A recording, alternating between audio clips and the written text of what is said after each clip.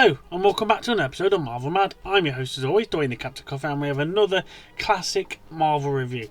Not MCU review this time, we're literally going way back before there was anything to do with the MCU or world building or anything like that. And we're talking about The Punisher from 2004, one of the most, for me, perfect Marvel comic book films that was done, because I absolutely adored The Punisher. You know, he's one of my top 2 and 3 characters sort of thing. And this version of The Punisher, portrayed by Thomas Jane, was just perfect. It didn't need all this CGI or universe building or anything like that sort of thing. It still hit hard, and it delved into a version of Frank Castle that just was perfectly portrayed onto the big screen. But let's go on and I'll explain to you why, for me, 2 decades later, it still holds up as a must-watch Marvel film for any Marvel fan, really.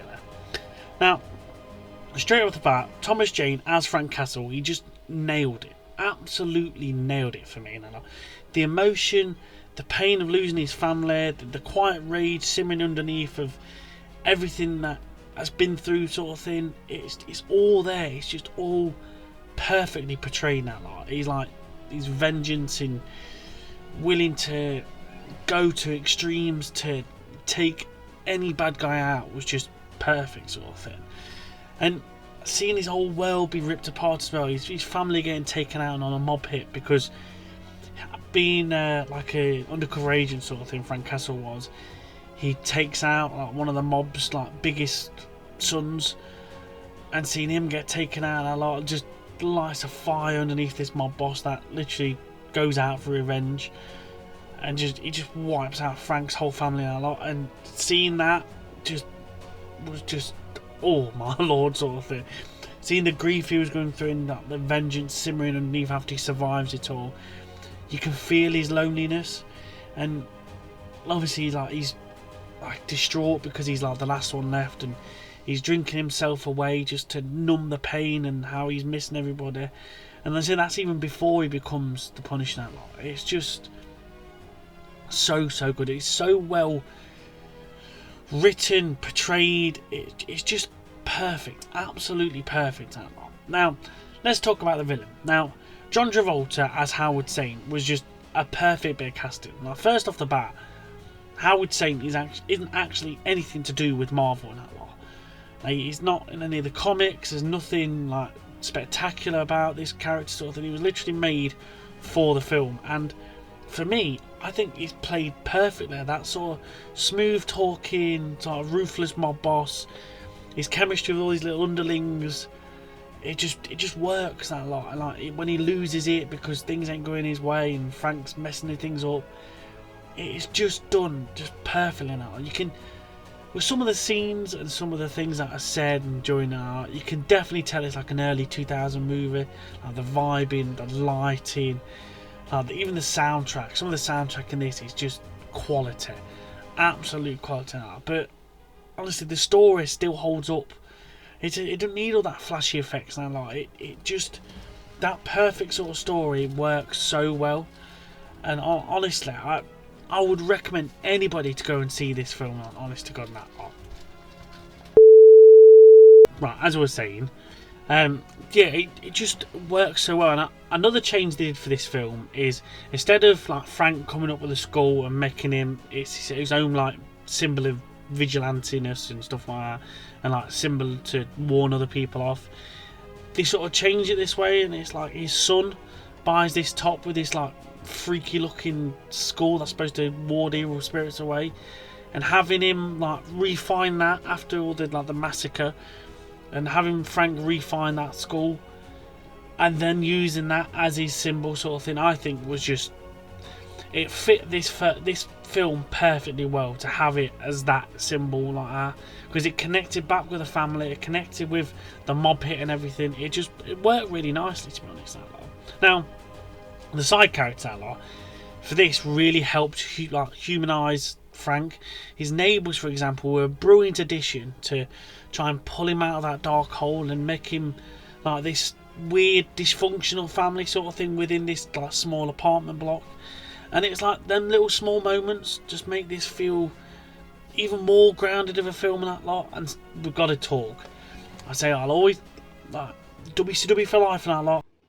WCW has been dead for 2.5 fucking decades. I'll always like praise WCW all day long, but that fight scene with the Russian, played by none other than, I know he come from WWE first, but we don't talk about them times, none other than WCW's Kevin Nash. A perfect bit of casting out. Like, he fit the body shape, the body type and build of the Russian perfectly well. I think this is like WCW's just been bought by WCW's just been bought by WWF, and it's in that sort of hazy period where I don't think he's just gone back to WWF just yet, or he's just about to go back to WWF. So he like does these acting roles and like messes around a bit in TNA and stuff, but him as the Russian was just absolutely like perfect sort of thing. And like the whole brawl as well was brutal, funny, weirdly sort of stylish in a way as well, because it's like they sort of timed it to like opera music, where like the neighbours are next door like cooking and stuff like that sort of thing, and like having a little bit of a good time. But then like you peer through the window and Frank's getting his head kicked in by the William Russian and stuff like that sort of thing. It's proper daft, but it works so well. And I think, again, being from like a 90s baby and stuff like that, it reminded me. I don't know if it's like widely known sort of thing, but it is like massively known over here. And there's a series called Bottom, done by Rick Mail and Edward something like that. I can't remember his second name, but the characters are called Richie and Eddie, and they are constantly fighting like this, and it's so funny to see. Like, there's a scene where Frank's getting his head bashed in a giant oversized sort of fridge, and it sort of like directly reminds me of something from Bottom. That's something exactly they do, and it's just so funny to see that. I say, just go and check that out as well. Bottom, it's so funny that like, and proper early to mid 90s daftness is so good that lot. But anyway, get back on track. The final like fight as well, like, where Frank takes down Howard Saint and that lot. It's not just through violence, it is like breaking him down from within, like making him lose his best friend, that making him think he's cheating on his wife. So obviously his wife's gone, his best mate's gone now, but he finds out he's gay. Just taking out all these like connections and stuff like that sort of thing. It's just so well done, and making him lose everything just like Frank did now. Like, it's like poetic and brutal and satisfying as well. And like that grand finale as well now, like he reminded me a bit like Hawkeye, like taking these people out with his little bow, like big bow and that lot.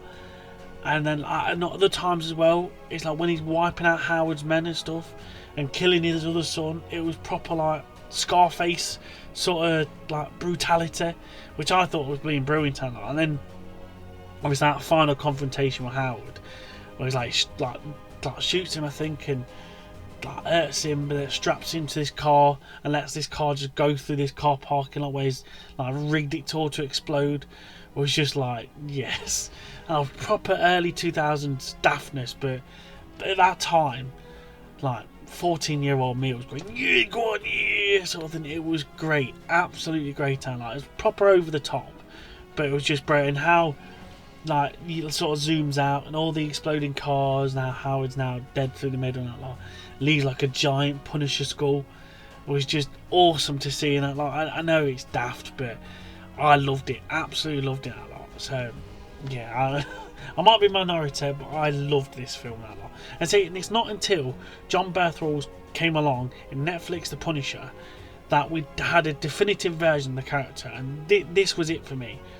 Thomas Jane's version of the Punisher was just perfect, and it just embodied everything that Frank Castle was.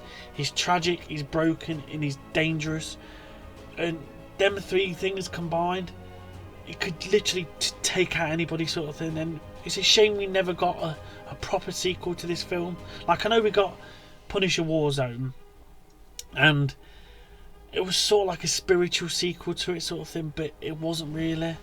Like, it was a new Punisher, a new sort of take on it all, and it sort of went from one extreme to the other. Like, in this film, the CGIs and stuff were very cheap and stuff like that sort of thing. Where in the newer one, they sort of ramped it to 11. There was like more gore, more CGI, and it just looked not even cheaper than this film did, and it just weren't necessary in that lot.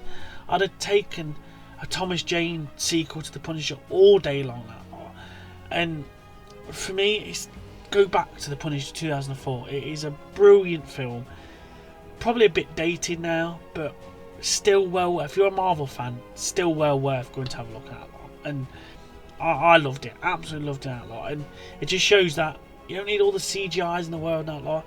As long as you got a great comic book like story to go from, strong characters, and like a man with nothing left to lose, and you portray that right, you can hit gold. Honest to God, that lot. But anyway, let me know if you like The Punisher from 2004 that lot. Like, share, and subscribe, and all that jazz and that lot. And if you've enjoyed this retro Marvel film, let me know in the comment section below.